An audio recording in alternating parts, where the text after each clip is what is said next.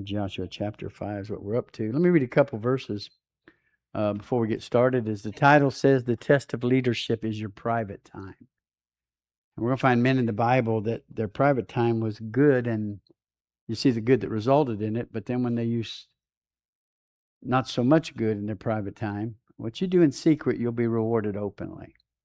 And so you need to ask yourself a question: what is my private time? Not only with us as individuals. A couple verses let me give you just to write down. We'll just mention these because they're good verses. Proverbs 25:28 says, he that hath no rule over his own spirit is like a city that is broken down and without walls. Everything comes in. Biggest thing you got to conquer is yourself. And as the Bible said, whoso breaketh the hedge, a serpent will bite him. You can let someone else break that hedge for you. If you listen to them or get counsel from them, they can be your discourager instead of your encourager. But if you can't control your own spirit, it's like a wall. It's like a city that is broken down and without walls. Then Proverbs 16 and verse 32. I like this verse. He that is slow to anger is better than the mighty, and he that ruleth his own spirit than he that taketh a city. God said if you can rule yourself, you're better than somebody that can take a city. You realize everything the devil tries to do is to get you where you have no rule over yourself, and your private time is going to make all the difference in the world of what happens in your public life, of what you do. Your home private time is going to make all the difference in the life of what your public life is going to be, and how you approach problems and how you do things. What was the big problem with Israel with their private time when it came to their tents? What was it? Murmuring. They murmured and they complained about everything. So what did their kids do? Murmur and complain about everything. And who did they blame for everything that happened in their life? God got the blame. Moses got the blame. I mean, can we change circumstances that happen? But it's our job to take the circumstances and us see what we do. Don't let them change you. Don't let them alter you. God wrote a whole book, the book of Philippians, when it comes to circumstances and how we handle that and what we do with that of our heart. Or you can play the blame game with everybody all of your life. I mean, I see adults going to prison right now that blame parents from, 30, 40, 50 years ago. And I'm thinking, when do you become a man? When do you finally realize, yeah, problems are going to come on the outside, but here God's given us, and anything God calls you to, don't ever forget this, anything God calls you to, faithful is he who calleth, who also will do it. It's the Lord that puts it in you both to will and to do his good pleasure. So anything God calls you to, none of you fellas knew anything about a home, knew anything about marriage, none of you ladies knew anything about kids, although you hear this all the time. Well, I babysit, so I know what it's going to be like having kids. Yeah, not a true story, by the way, when you find you have your own and it's 24/7 and you can't put them off on somebody else or send them home. It's a different ball of wax. You find out how much you really don't know when it comes to that. But be assured of this. God, you called me to do this. And so because you did, I trust you to give me the wisdom to do this. And whatever rains upon us, whatever cloud may come upon us, whatever we face, you're going to help us get through this thing. We got a world that blames the whole world for everything that happens in their life, and they've got no rule over themselves. It's like everybody controls them instead of realizing there's somebody that ought to control us. And your private time's what's going to make a difference in your thinking in this. So realize what you do in your private time makes all the difference in the world. We'll find some great men in the Bible and what they did in their private time, and then some great men in their Bible that did some things in their private time that led to a lot of heartache and a lot of trouble. Jesus said, what we do in secret will be rewarded openly. Pray to thy Father in secret, and thy Father that seeth in secret shall reward us how? Shall reward us openly. So your private time's everything. If all you think of is anger, bitter, malice, jealousy in your private time, you're killing yourself. You are ruining your own life is what you're doing. You can't even control your own self. You're letting every situation control you. I think of Joseph, and Joseph had the right to do this. But when Joseph's brother took and sold him into slavery, wanted to kill him, but if it hadn't been for Reuben, the oldest, they would have killed him. And he told him, let's put him in a pit, let's do this. When Reuben came back, they'd already sold him. But he didn't gripe and he didn't complain and he didn't get bitter over what they did to him. And let me ask this, what would have happened to Israel if his brothers wouldn't have sold him to the Midianites and them take him to Egypt and then Potiphar get him? What would have happened to Israel at the end result of that? Did God have a plan? Yeah. Do we know God's plan all the time? No. And the thing is, what you do in your private time is going to determine what your public life is. You knew what Joseph said. We're not talking about Joseph tonight, but Joseph is clearly a biblical example in his private time, because everywhere he was, they said that they knew that the Lord was with him. When he was in prison, they knew the Lord was with him. When he was with Potiphar, they knew the Lord was with him. You know what we would have done? Some of us would have just told Potiphar how bad our brothers were and how horrible we were treated and what a misjustice it was. And someone needs to do something with them. So when the brothers did finally come back and he did finally identify himself of who he was to his brothers, and then his dad died, they were like, oh, the jig's up now. Joseph's going to kill us now for what we did to him. And Joseph made it plain. He said, listen, you meant it for evil. You did. But I saw the bigger picture.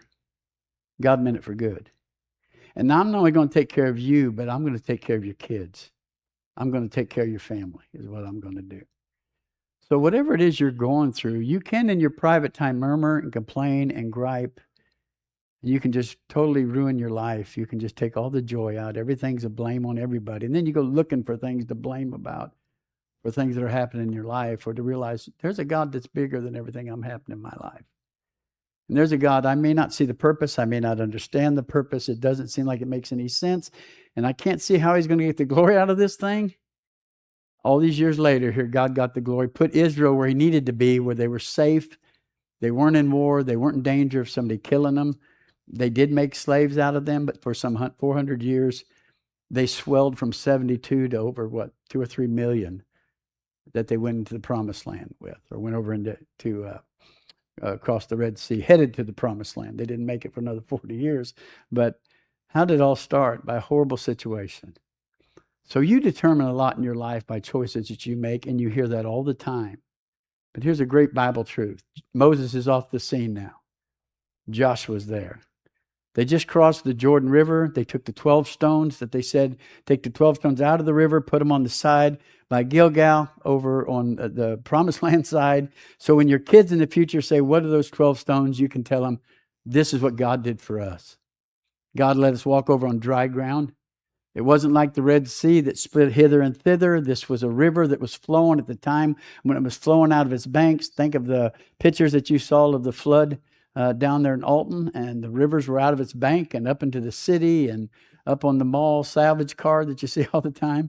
And think of that, and then all of a sudden the rivers are still flowing, and they can't get it out of their basements or nothing else. And here comes God with that of Joshua as the priest walked into it. They walked onto dry ground, and the water backed up some.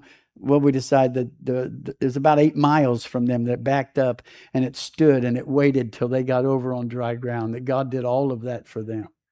And they said, tell them about what God did for us. Listen, instead of griping and complaining, tell what God did for you.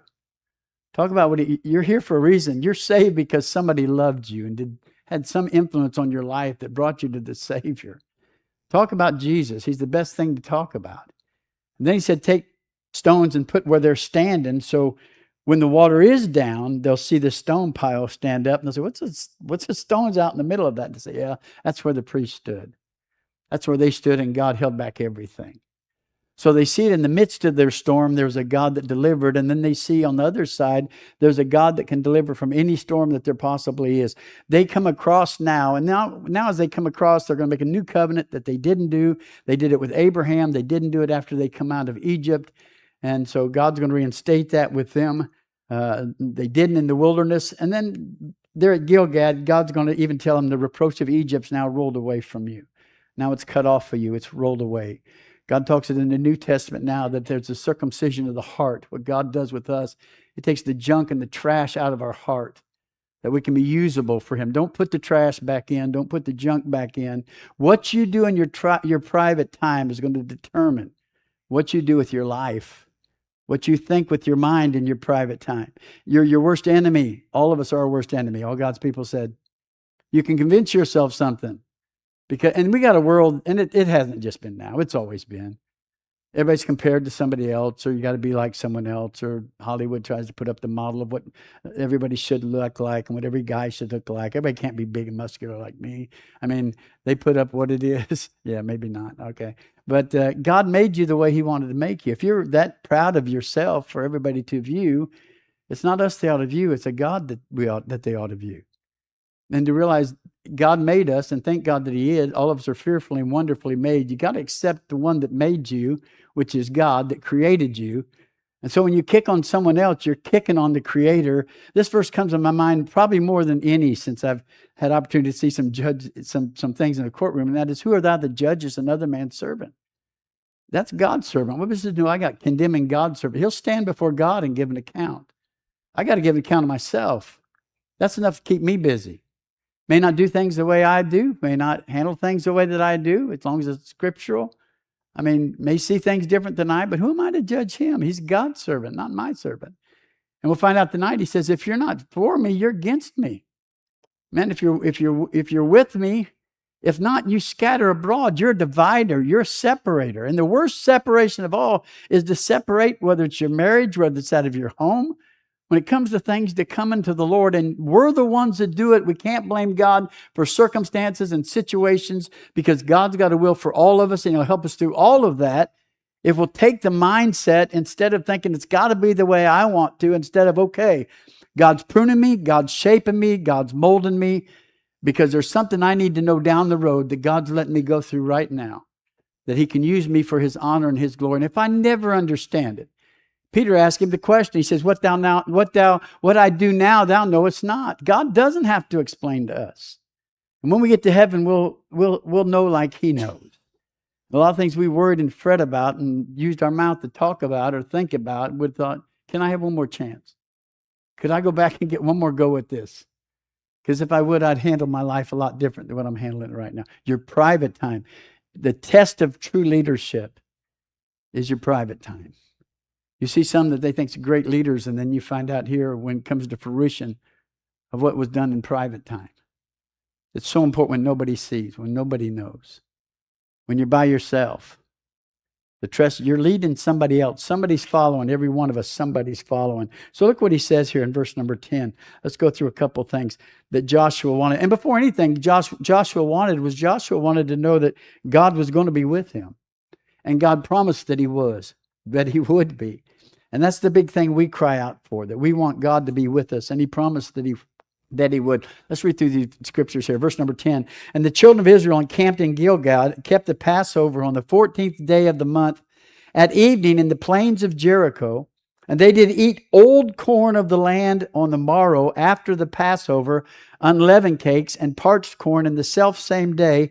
And the manna ceased on the morrow, after they had eaten the old corn of the land. Neither had the children of Israel manna any more, but did eat the fruit of the land in Canaan that year. Manna is gone now. They don't go out and collect it every day like they have for the past 40 years. Now they're eating off the land. Came to pass when Joshua was by Jericho, that he lifted up his eyes and looked, and beheld, there stood a man over against him with his sword drawn in his hand. I realize they're going over. Now they're in the land. Now the river's back flowing. And now he sees a man with a sword in his hand. They know there's going to be battle, and God already told them that. And Joshua went unto him and said unto him, art thou for us or for our adversaries? That's the first question you ought to ask yourself when you're alone. Is what I'm thinking on, is what I'm doing, is what I'm saying, is it for me or is it against me? Is it an adversary that's going to destroy, or is it something that's going to help? Good questions. We'll give you some questions here in a minute that we can ask ourselves. And he said, nay, but as captain of the host of the Lord am I now come. No, I'm neither. I'm the captain. I'm the one in charge. I'm the captain of the host. And by the way, his response to that, he fell on his face to the earth and did worship, and said unto him, what saith my Lord unto his servant? It's amazing. Romans says, to whatever we yield ourselves servant to obey, that's who our master is. So you got to ask yourself before you yield yourself, whether it's sin or whether it's a Savior, or whether it's self, you got to ask yourself, is this for me or is this against me? Is this something that's going to help or is this something that's going to destroy me? Is it going to destroy my family? And by the way, you don't see it at the time what's going to take place when it comes to secret life. You don't see the end result of that. You don't see the fruition of that. It's like the crops that's planted. They've already planted the crops. We went down to youth camp. We come back from youth camp, and our corn grew, what, 2 or 3 feet? I mean, it was like you could see the color of it. And when we come back, it was like, whoa, what happened to our corn? Especially after seeing all that little cheap stuff, imitation corn down south. Sorry for those listening down south, but true story. And we come up here, and it's huge. You know, when they planted it, it wasn't that big. What you do in secret, you never know how big it's going to get. And you don't know what result it's going to do of what it's going to take. But it's very important. Some things now you ought to ask yourself, what I'm doing in secret, what's it going to do in the future? What's it going to do into my life? What's it doing to my thought life? Is it helping? Is it hurting? Am I hurting my family or helping my family? Am I poisoning my kids? And my point is my marriage, my own life. Listen, if you can't even control your own spirit, if I can't even control me, and let every little thing control me and change me and direct me, and you never know which way the wind's going to blow in me because I can't even control myself. Whether I'll be mad or not mad, whether I'll be happy or not happy. You can't control that. And it's sad because this is just a vessel God gave us. We're the inside. This is just a vessel. And we got the Holy Spirit that lives inside of us, the one that breathes life into us, the one that raised Christ from the dead. The same one that lives inside of us that can help us if we'll just let him guide it. Don't go to everything else. Pride's the big killer. It's got to be me, and it's got to be about me. It ought to be about him. When I'm dead and gone, John Gibson's not going to matter a bit. But the Christ we left is going to mean everything. That's why we ought to take everybody to him. I can't bring joy, he can. I can't help, but he can. Here Joshua makes some great revelations here that I think we ought to take a look at here. He meets a stranger and he desires what side he's on. Are you for my people, or are you for my people, or are you against my people? In fact, he says in the book of Matthew, chapter number 12, verse 30, he that is not with me is against me, and he that gathereth not with me scattereth abroad. He repeats it again in Luke chapter number 11, verse number 23. He that is not with me is against me, and he that gathereth not with me scattereth. You either scatter away from him, or you draw to him in everything that we do, and everything that we think, and everything that we put in our life. So a couple things real quickly. Look what Joshua realized when it came to some things, when it come to his life. Chapter 33 of Exodus. Write this for a reference, if you would. I'll just read through it here in a second. Chapter 33, verse number 15. Well, let me read before this. Here's Moses talking to the Lord, and he says, now therefore I pray thee, if I found grace in thy sight, show me thy way, that I may know thee, that I may find grace in thy sight, and consider that this nation is thy people. And he said, my presence shall go with thee, and I will give thee rest. And he said unto him, listen, if thy presence go not with me, carry us not up hence. For wherein is to be known here that I and thy people have found grace in thy sight, is it not that thou goest with us? So shall we be separated, I and thy people, from all the people that are upon the face of the earth. And the Lord said unto Moses, I will do this thing also which thou hast spoken, for thou hast found grace in my sight, and I know thee by name. He said, the only way the people are going to know there's a difference, and this, is that you're with me. Joseph's life, what did they notice about him? God was with him. Daniel's life, what did they notice? The Lord was with him. How was they with him? He was with him, and it showed that he was with them by what they did in their private time, what they did in their secret life, in their private life. Here is Joshua by himself, crossing the river with his people. He's by himself. He's looking up. He sees an armed man. He goes to him. This isn't something he tells everybody. This isn't something he spreads to everybody. This is something he deals with himself. And he says, are you a friend, or are you an adversary? What are you? Everything that comes to your mind, everything that deals and cries for your private time, you ought to say, are you a friend, or are you an adversary? Listen, are you going to draw me closer to him, or is it going to draw me farther away? Is it going to ruin everything that God's done? And I'm talking about great, great, great leaders. If I mentioned a leader's name, tell me the first thing you think in his life concerning his private life. If I mention the word Moses, what do you think of? Humble. Who went up 40 days and then went another 40 days? Who's the one that saw the burning bush? In his private time here, he spent it with that of the Lord. You think of Jesus, what did he do in his private time? What? He prayed. How many times does it say he went off to pray? Importance in his private time, what he did, he prayed. When you think of that of David, the sweet psalmist of Israel, if you read through the Psalms and you read through what he sang and what he played, what did David do in most of his private time? What's he known for? Writing Psalms. And he says, early morning, evening, noontime will I pray. 7 times, he said, will I cry out unto thee. His private time. When David didn't do his private time right, what happened to David? You said out loud? He fell into sin. And did it help as a leader or hurt as a leader? It hurt as a leader. Man, it hurt his family, hurt his kids. It hurt everything. When his private time was with him, what a difference it makes. And by the way, private time, it can change. That's why you've got to guard that all the time, what you do with your private time. Ask yourself, is what I'm talking about, is this destroying my marriage? Is this destroying my kids, them listening and them hearing? Listen, I've heard it from the other side of the coin. I can't tell you how many in jail that have said, you know, when I was a kid, and they'd tell me how they're in church, they like church, and then either a parent or the person in church. That's why I'm big on everybody needs to count. We need to care about everybody's kid here. Listen, everybody's not going to be ruly the more kids we got. And parents' big thing is, well, my kid doesn't act very good in church. You know what? That takes time. I know adults that don't act very good in church. Well, my kid don't know how to sit still in church. I know adults that don't know how to keep still in church.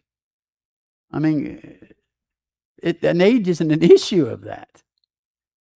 But it is just be faithful to it.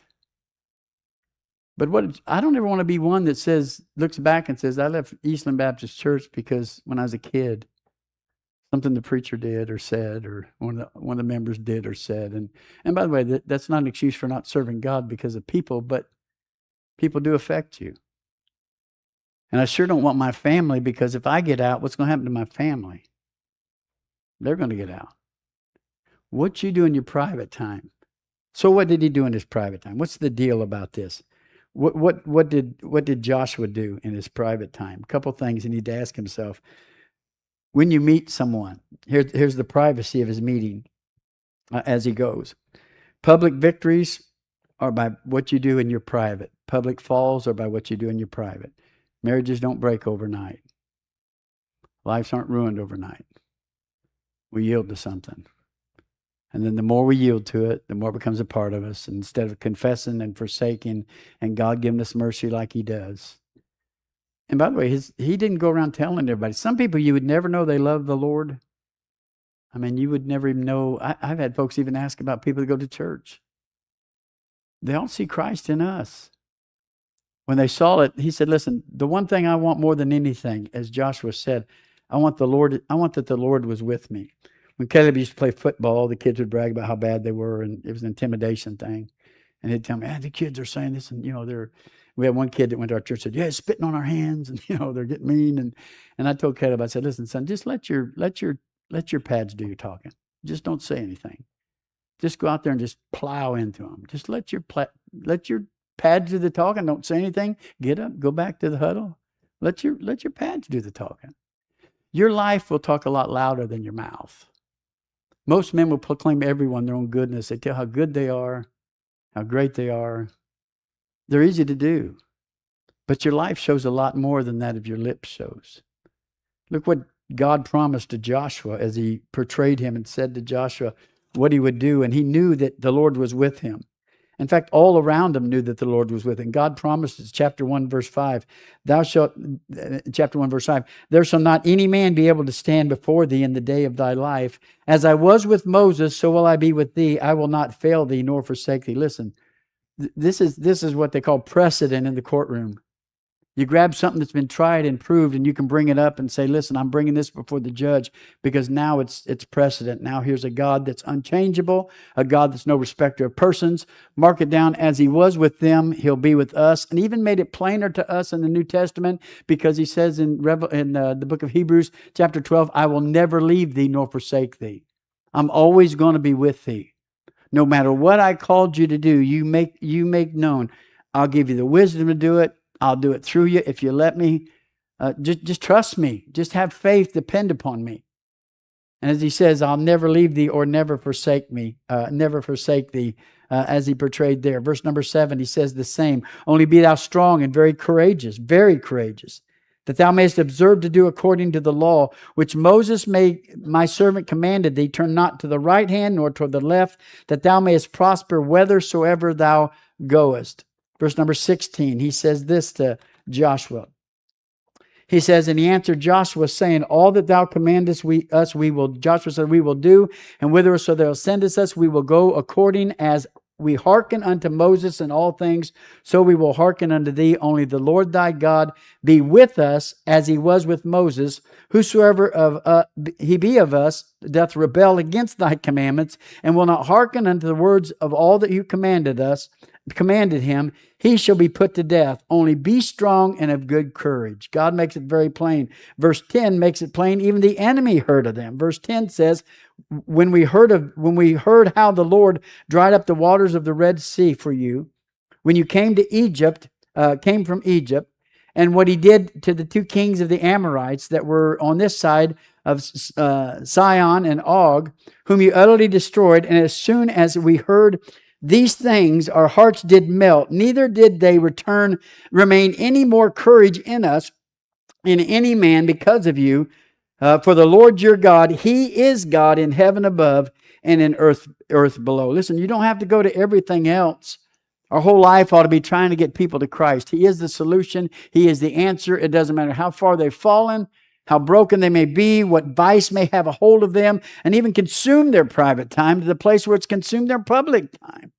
We got a God that can deliver from all of that if we'll just let him. It doesn't have to stay the same. It doesn't have to be the same. It's what we've done with them. Jesus was that of prayer. Moses was that of prayer.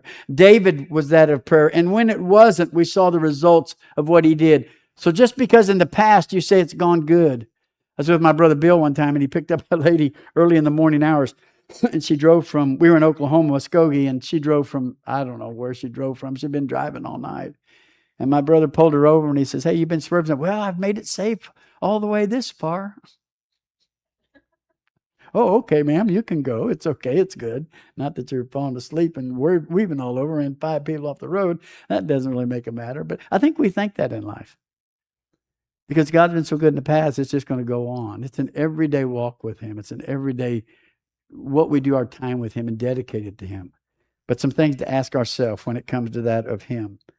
So what we can do, the importance of what we do in secret. What an important test it is. Public victories are won in private. Couple questions to ask yourself. As he met him, number one, ask who you're meeting. Who are you? When he saw him, he asked him, who are you? What is this I'm reading? What is this I'm looking at? What is this I'm listening to? What is this I'm hearing? What words are people saying? And by the way, you can't keep people from saying things. We're not isolated. Jesus was around sinners, and we're going to be around sinners. Brother Bailey said it right the other night when he was preaching about, even when it comes to people's language and stuff. I don't go around correcting people for their language. Sinners act like sinners. They talk like sinners. That's not my job, unless they're my kids. But my job is to love them and try to lead them to the one that can help them with all of it. That's not really their problem. That's fruit on the vine. It's a root problem, and Christ is the only one that can separate that root problem. But I've seen some that are so proud of you. You hear other talking, I don't talk like that. Well, good for you. Good for you, yeah. I'm so proud of you. I mean, good night. Why would you think bad of them? Some haven't had what you have. Some haven't gone through what you've gone through. And you haven't been through what they've been through. And if you would have, I guarantee you, a lot of things I wouldn't handle I know I wouldn't have handled as well as they handled it. But ask who am I meeting here? This is my private time now. This is me because I'm fixing to grow from what I do in my private time. You know, the one that works out in the private time, the one that studies in the private time, the one that, when Tiffany went to medical school, she literally lost her life for 2 years studying medical things.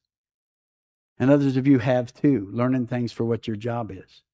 But your private time showed now publicly what you've learned in your private time, because now you can see what's took place, because you had to take time to study. When I went to Bible college, we had to do so many verses every week. We had to have and then write about the verses and outline about the verses. And it was Friday. I worked and everything. I'll give you all excuses I want to. The bottom line, I didn't do it. So when it came Friday, I was thinking, oh, man, I really thought it was Thursday. That is the truth. I thought it was Thursday. It was Friday. That's how stupid I am. I thought it was Thursday. And this got worse since I got older, too. So y'all know that. The AMs and PMs I still haven't caught up with. And so I put on there, he that studieth not, knoweth not.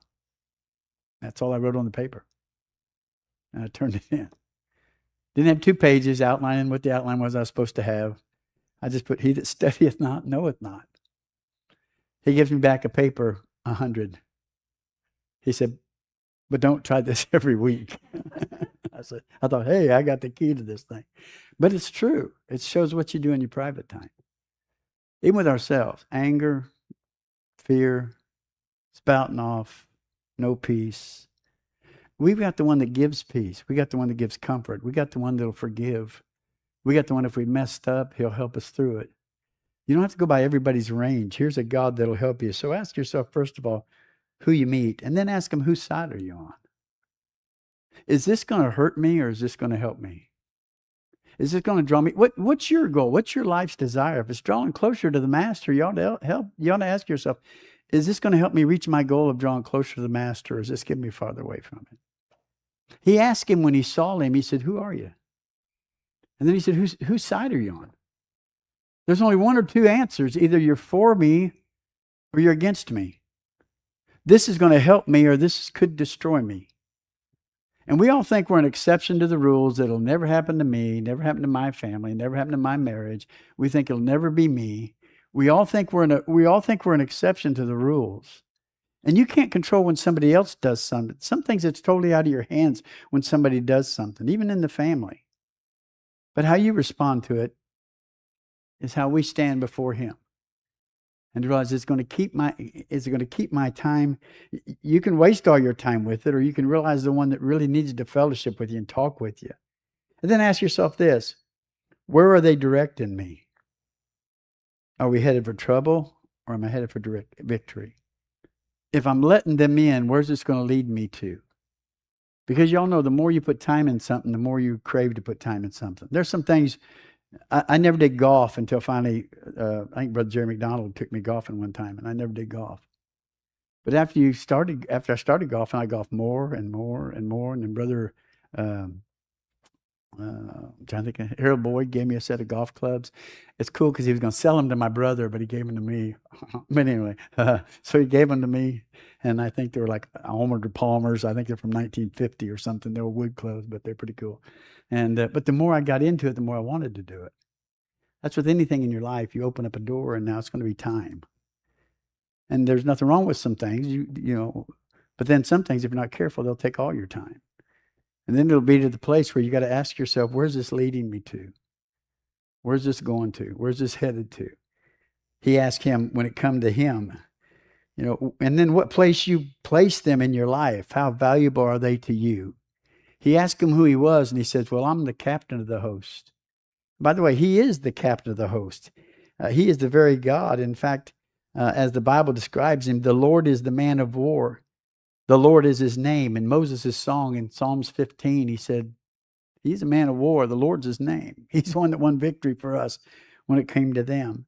It says in the book of Psalms, it takes that and calls him that he is the Lord of hosts. He is the captain of it. He's not just part of the army. He's the head. He's the leader. He's the captain. And then you got to ask yourself, and what I do in my private time is the captain here, is the leader here. Am I going the same direction he wants me to go? Am I gathering, or am I scattering abroad?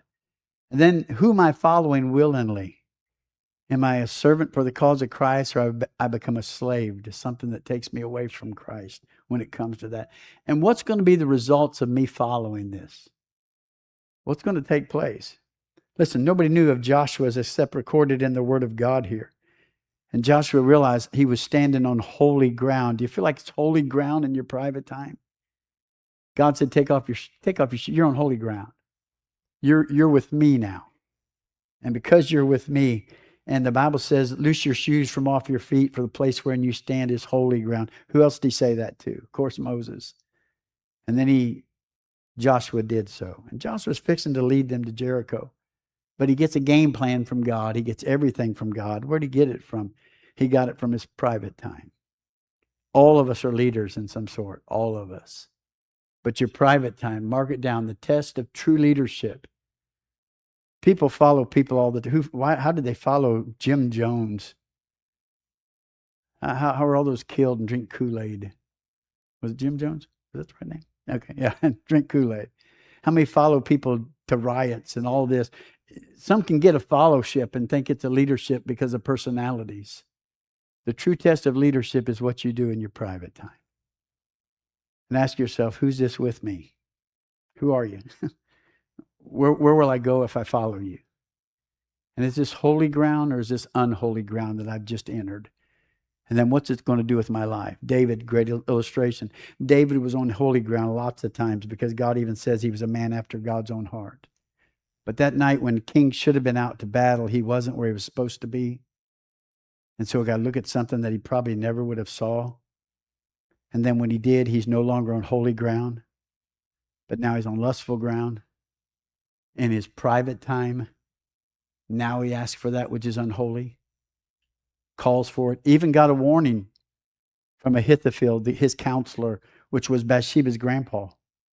Even warned him, told him, remind him, this is the wife of Uriah. This is one of your mighty men that's wanted to die for you's wife. If anybody should trust, they ought to trust their leader. If they trust anybody, they ought to be able to trust you. Just because a moment in private time, here's a leader that does that which is wrong, that will destroy instead of help. Took that of unholy ground instead of holy ground. A man's murdered. A baby dies. David sees heartache. David, for a year, that was a sweet psalmist of Israel that spent so much private time with God, now he's got no song. Finally, a preacher comes and talks to him, and David realizes it's him. David, for the first time, didn't keep a short account, but kept a long account. And David said, against thee have I done this wickedness. He saw himself as what he was, got right with God, restoring to me the joy of thy salvation. Doesn't even enjoy life anymore. When the private time's wrong, our joy it's out the window. There's no happy in the home anymore. There's no happy in the marriage. We still portray it. We still blast the trumpet of it. I mean, but God knows the inside of it, and the end result's going to tell with time. What's your private time like? Man, it ought to be great. It ought to be holy. God help us. The test of leadership is your private time. Well, we got classes on leadership. You have all classes you want to. You can take all the books and read all the books you want to on it. But it's you to decide your private time of what you do. Driving your car, your private time of what you think about. It's everything. Joshua, what illustration? Who are you? Are you a foe or are you an enemy? We got a battle to fight here. I got people to lead here. We got victories God's promised, and God said he wouldn't. God said he'd be with us, and I don't want anything to change that, because if he's not with us, I don't want to do it. I don't want to go. And he said, I'm him. I'm the captain of the host is what I am. Not for or against it. I'm the captain. I'm the leader. You're on holy ground. Take your shoes off. And Joshua did. And God's fixing to lead him into an epic battle that's never been done before and been talked about since, when they fight Jericho. How about you? We see God in your life. What's the private time in your life? Is it making you miserable? Or is there a joy there? Every head bowed, every eye closed. First leadership you